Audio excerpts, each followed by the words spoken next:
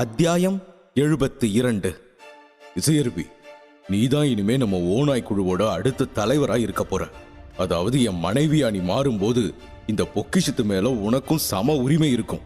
அதுக்கு நான் உத்தரவாதம் தரேன் என்றான் சர்வேஸ்வரன். இதை சொல்லும்போது அவன் முகத்தில் ஒரு பிரகாசம் இருந்தது. அதை கவனித்த சமரன் சர்வேஸ்வரனுக்கு இசையருவி மீது ஈர்ப்பு இருப்பதை புரிந்து கொண்டான். சீ, போது நிறுத்து.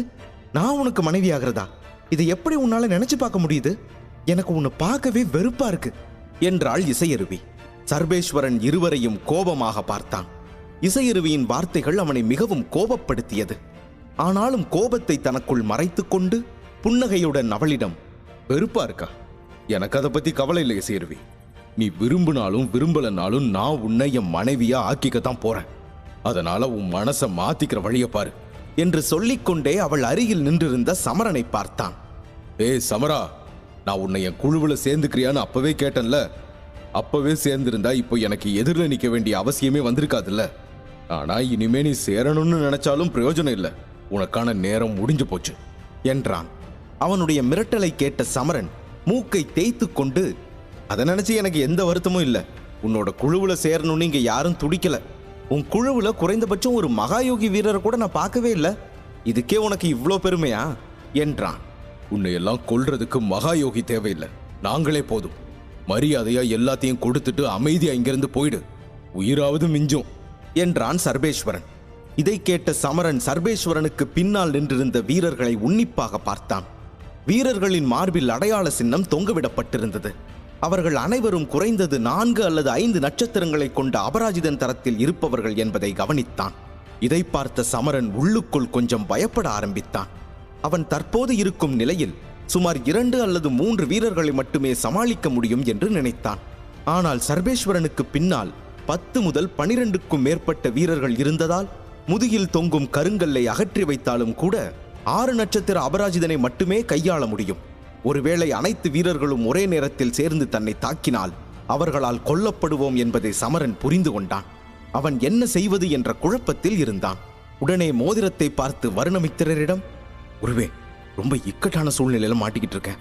இப்ப என்ன செய்யணும் குருவே என்று கிசுகிசுப்பாக கேட்டான். ஆனால் வருணமித்திரரிடமிருந்து எந்த பதிலும் வரவில்லை. அப்போதுதான் சமரனுக்கு வருணமித்திரரின் வார்த்தைகள் நினைவுக்கு வந்தது. தான் எந்த ஒரு சூழ்நிலையிலும் சமரனுக்கு உதவ மாட்டேன் என்றும் எல்லா பிரச்சனைகளையும் சமரன் தனியாகத்தான் சமாளிக்க வேண்டும் என்றும் அவர் ஏற்கனவே சொல்லியிருந்தார். இதையெல்லாம் நினைத்த சமரனின் முகத்தில் ஒரு புன்னகை வந்தது. ஏனென்றால் இந்த பிரச்சனையை தானே தனியாகத்தான் சந்திக்க வேண்டும் என்பதை புரிந்து கொண்டான்.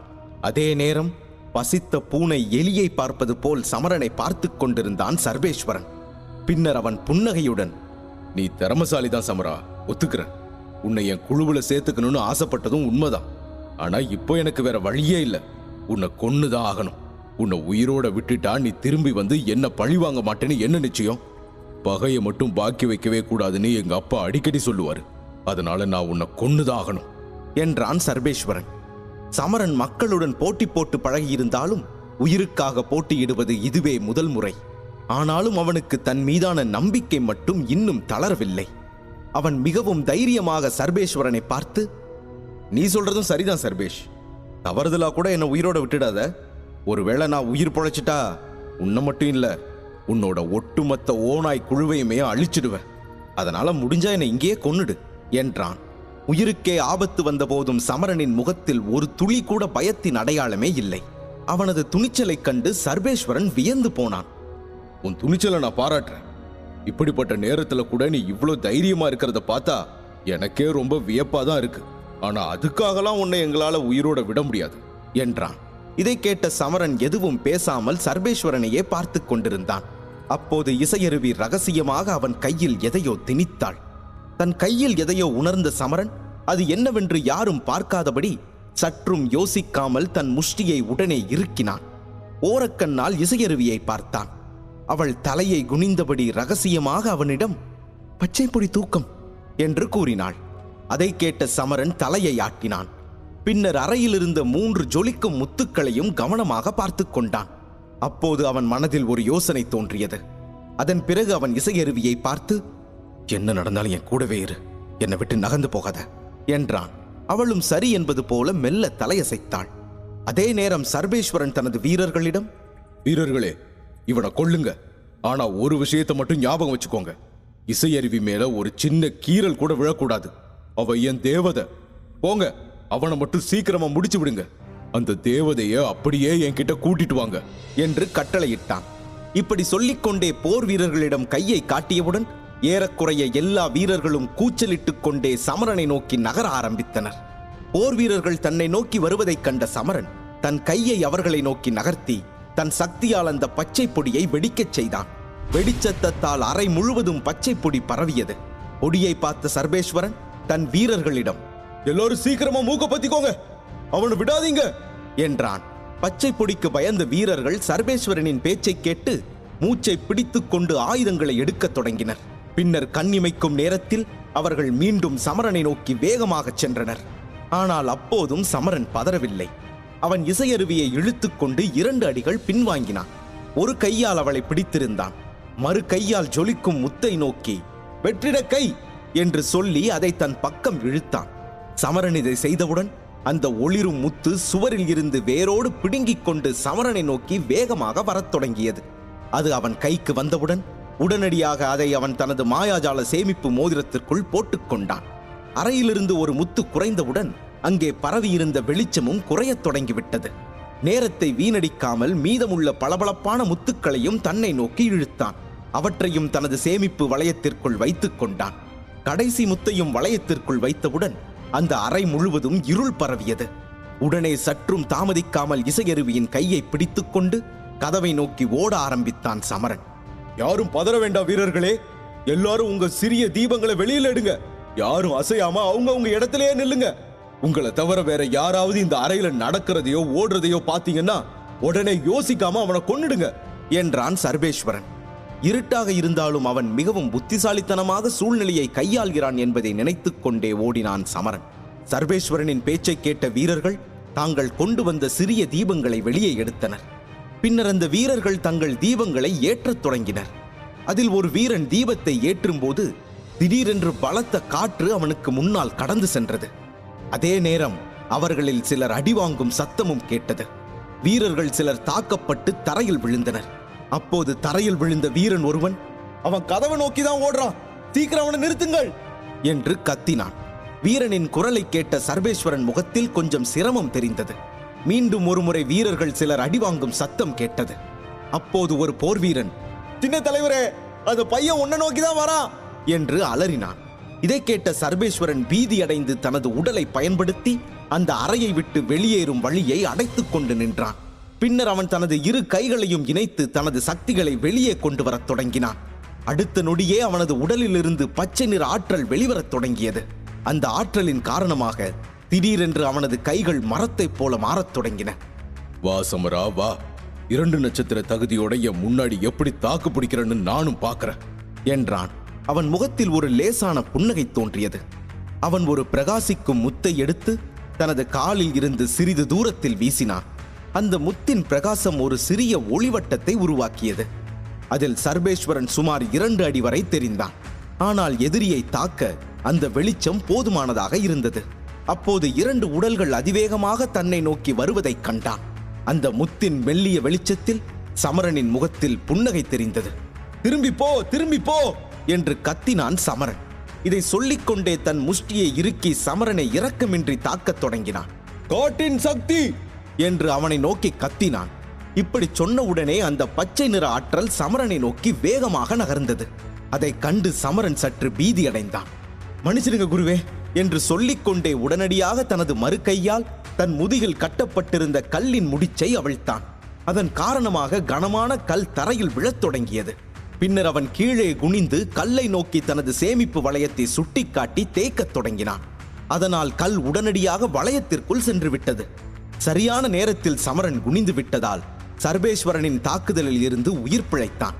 அவனுடைய சக்தி சமரன் மீது படாமல் நேராக அறையில் உள்ள எலும்புக்கூட்டின் மீது மோதியது. உடனே அந்த எலும்புக்கூடு சிறு சிறு துண்டுகளாக உடைந்து நொறுங்கியது. அந்த கனமான கல் வளையத்திற்குள் சென்றவுடன் சமரனின் வேகம் இரட்டிப்பாகியது. அவனால் தனது முழு சக்தியையும் உணர முடிந்தது.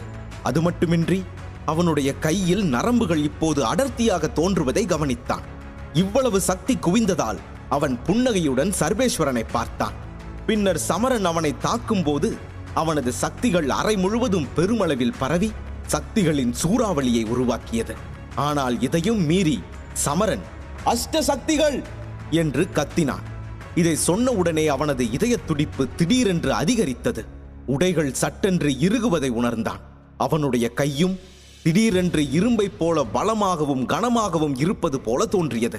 சமரன் தனது கையை மீண்டும் முன்னே கொண்டு வந்து சர்வேஸ்வரனை நோக்கி உரத்த குரலில் கத்திக்கொண்டே தனது திரண்ட சக்தியை விடுவித்தான். அவனால் தனது அதிகாரத்தை முழுமையாக கையாள முடியவில்லை என்பது அவனுடைய அலறலிலிருந்தே தெளிவாக தெரிந்தது. மறுபக்கத்தில் இருந்து சர்வேஸ்வரனும் தனது சக்திகளால் சமரனை தாக்கினான். இரண்டு சக்திகளும் ஒன்றோடு ஒன்று மோதிக்கொண்ட பிறகு அறையில் ஒரு பெரிய வெடிப்பு ஏற்பட்டது. அதன் வெளிச்சத்தில் ஒரு கணம் அங்கிருந்த அனைவராலும் ஒருவரை ஒருவர் பார்க்க முடிந்தது. வெடிப்புக்கு பிறகு மீண்டும் அறையில் இருள் சூழ்ந்தது. ஆனால் அந்த வெடிப்பின் சத்தம் இன்னும் அந்த அறையில் எதிரொலித்தது. ஆனால் அந்த சத்தத்திற்கு பிறகு சர்வேஸ்வரனின் முகம் திடீரென மாறிவிட்டது. சமரன் தன் பலத்தை பற்றி எல்லாரிடமும் பொய் சொல்லி இருந்ததை இப்போது புரிந்து கொண்டான். இவன் சொன்னது உண்மை இல்ல, இவன் சொன்னதை விட ரொம்ப பலசாலி என்று நினைத்தான். உண்மையில் அவனது சக்திகள் சர்வேஸ்வரனுக்கு இணையாக இருந்தது. கண்ணிமைக்கும் நேரத்தில் அவனது சக்திகள் இவ்வளவு அதிகரிக்கும் என்று சர்வேஸ்வரன் சற்றும் நினைத்திருக்கவில்லை. பீதி கலந்த அவனுடைய குரல் அறையெங்கும் எதிரொலித்தது. நான் அவனை தடுத்துட்டேன், அவன் இன்னும் உள்ளதான் இருக்கான், உடனே அவனை தாக்குங்க, அவனை எப்படியாவது கொன்னுடுங்க என்றான். இந்த குரல் சர்வேஸ்வரனுடையது. அவனுடைய இந்த பீதிக்கு காரணம் சமரனின் சக்திகள். அதை அவன் மிக நெருக்கமாக பார்த்திருந்தான். அதனால் அவன் கொஞ்சம் பீதி அடைந்து விட்டான். இந்த சின்ன வயசுல இவனுக்குள்ள இவ்ளோ சக்தியா? கண்டிப்பா இவன் 6 நட்சத்திர அபராஜிதனா தான் இருக்க முடியும். இப்படியே போனா இவன் சீக்கிரமாவே இன்னும் அதிக சக்திகளை அடைஞ்சிடுவான். கற்பனை பண்ணி பார்க்கவே ரொம்ப கஷ்டமா இருக்கு. இன்னைக்கு நான் உயிர் பொழைச்சிட்டேன், ஆனா இவனை உயிரோட விட்டா நம்ம ஓனாய் குழுவுக்கே ஆபத்து தான். இவனை கொல்லாம விட்டா நிச்சயமா இவன் சொன்ன மாதிரியே நம்ம குழுவையே கூண்டோட அழிச்சாலும் அழிச்சிடுவான் என்று நினைத்துக் கொண்டே பீதியோடு நின்று கொண்டிருந்தான் சர்வேஸ்வரன். அவனை பற்றி நினைத்து பார்த்த சர்வேஸ்வரனுக்கு நெஞ்சு வலித்தது. சமரனை எப்படி கொல்வது என்று சிந்தித்தான். இருளிலிருந்து சமரனின் குரல் கேட்டது. வழிய விடு சர்வேஸ்வரா என்றான். சமரன் இதை சொன்னவுடன் அறையில் ஒரு பிரகாசமான விளக்கு சர்வேஸ்வரனை நோக்கி வேகமாக நகரத் தொடங்கியது. அதிலிருந்து தப்பிக்கும் முன் அந்த ஒளி அவனை கண்ணிமைக்கும் நேரத்தில் தாக்கியது. இதனால் அவனது முகம் முழுவதும் திடீரென்று வெண்மையாக மாறியது.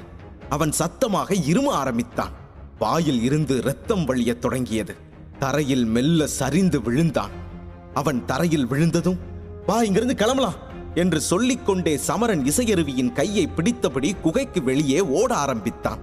தரையில் விழுந்து கிடந்த வீரர்கள் அவன் வெளியேறுவதைக் கண்டு தட்டு தடுமாறி எழுந்து அவனை பின்தொடர முடிவு செய்தனர். அப்போதுதான் அவர்கள் சர்வேஸ்வரன் தரையில் கிடப்பதை பார்த்து ஆச்சரியப்பட்டனர். அவனுடைய நிலையைக் கண்டு அந்த இளைஞன் தங்கள் தலைவனின் மகனை எப்படி வீழ்த்தினான் என்பதை அவர்களால் புரிந்து கொள்ள முடியவில்லை. அந்த வீரர்கள் ஒருவரை ஒருவர் ஆச்சரியத்துடன் பார்த்து கொண்டிருந்தனர். சர்வேஸ்வரன் போர் வீரர்களிடம் கோபத்துடன் கத்தினான். கழுதைகளே, இங்க நின்னுட்டு ஏன் முகத்தை எதுக்கு பாக்குறீங்க? போங்க, போய் அவனை தாக்குங்க, எப்படியாவது அவனை தீத்து கட்டுங்க, மற்ற வீரர்களையும் உதவிக்கு கூப்பிட்டுக்கோங்க என்றான். இவ்வாறு கூறிய பிறகு அவனுக்கு மீண்டும் இருமல் வரத் தொடங்கியது. வீரர்கள் அவசரமாக அவனுக்கு கீழ்ப்படிந்தனர். பின்னர் விரைவாக அவர்கள் சமரனை பிடிக்க ஓடினார்கள்.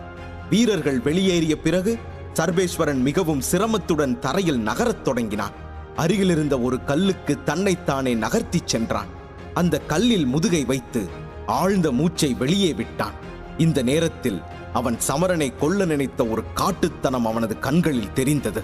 பிறகு கோபத்தில் முஷ்டியை இறுக்கி பிடித்து பல்லை கடித்துக்கொண்டு, நான் உன்னை விடமாட்டேன் சமரா, எவ்வளவு ஓட முடியுமோ அவ்வளவு ஓடு, தவறுதலா கூட நான் உன்னை கண்டுபிடிச்சிட்டா நீயே என்கிட்ட சாவுக்காக கெஞ்சுற நிலைமைக்கு உன்னை தள்ளிடுவேன் என்றான். சமரன் மாவீரனாகும் தருணத்தை தெரிந்து கொள்ள உடனே பாக்கெட் எஃப்எம் டவுன்லோட் செய்து இலவசமாக கேளுங்க. போர் கண்ட சிங்கம் லிங்க் டிஸ்கிரிப்ஷனில் கொடுக்கப்பட்டுள்ளது.